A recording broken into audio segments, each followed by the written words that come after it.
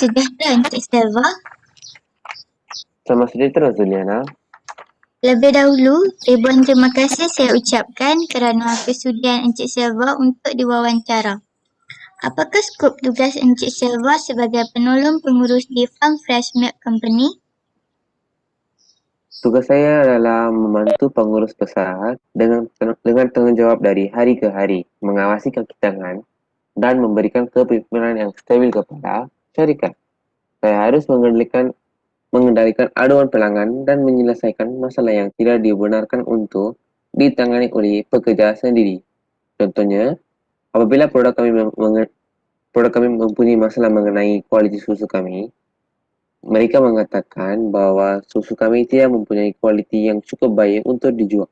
Jadi, adalah tugas saya untuk berurusan dengan pengurus, dengan penternak lembu, dengan orang yang mengendalikan pembungkusan dan sebagainya.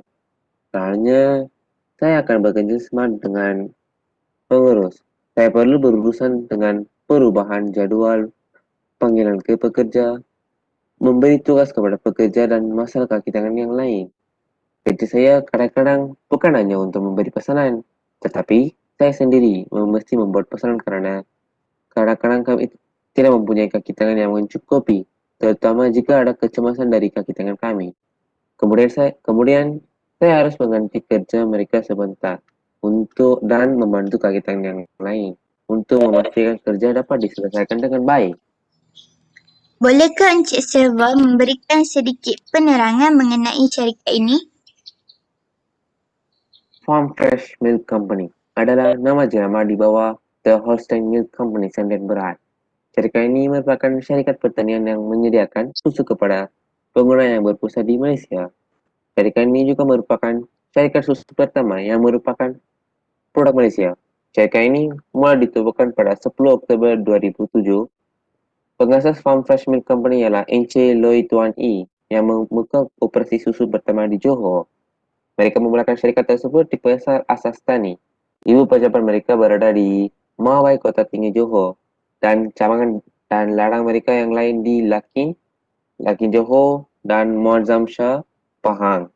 Dan mereka merancang untuk membuka kilang di Muazzam Shah. Ladang Muazzam Shah merupakan ladang terbesar yang menghasilkan susu.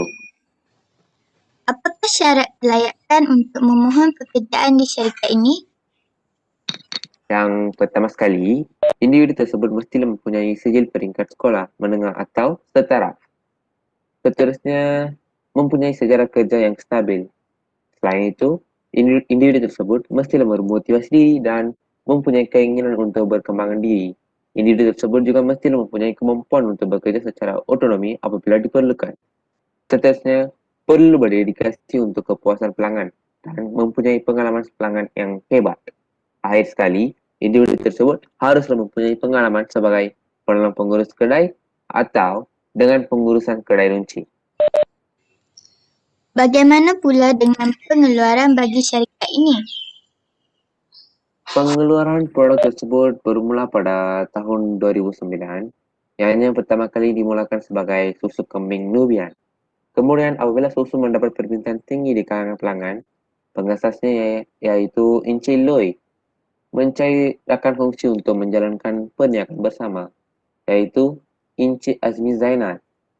Mereka mendapat tahu bahwa harga susu kambing jauh lebih tinggi daripada susu lembu. Jadi, mereka menukar produk menjadi susu lembu dan mengimport 60 lembu Jersey Holstein dari Australia.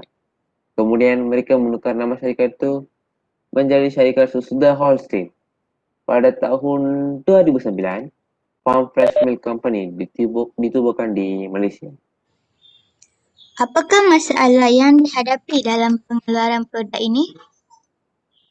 Kami berdepan dengan makanan lembu yang tidak mencukupi dan terpaksa mengimpor makanan tersebut dari luar negara, serta kos pembiayaan yang tinggi.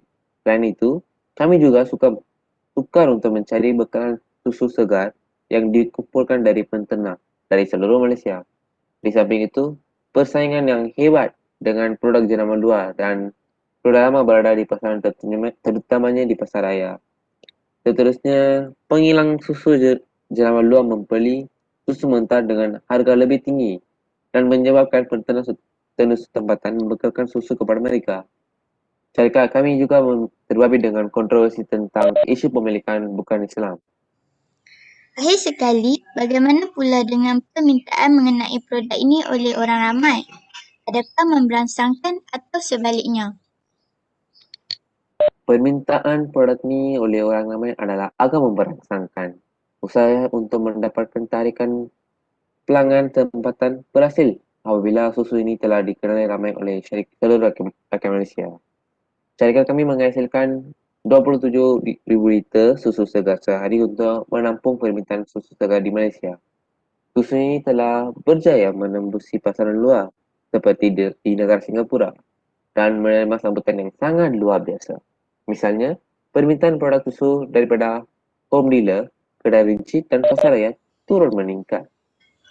Nampaknya setakat ini sahaja wawancara kita kali ini. Terima kasih sekali lagi Encik Selva kerana sudi meluangkan masa untuk diwawancara. Sama-sama, Juliana.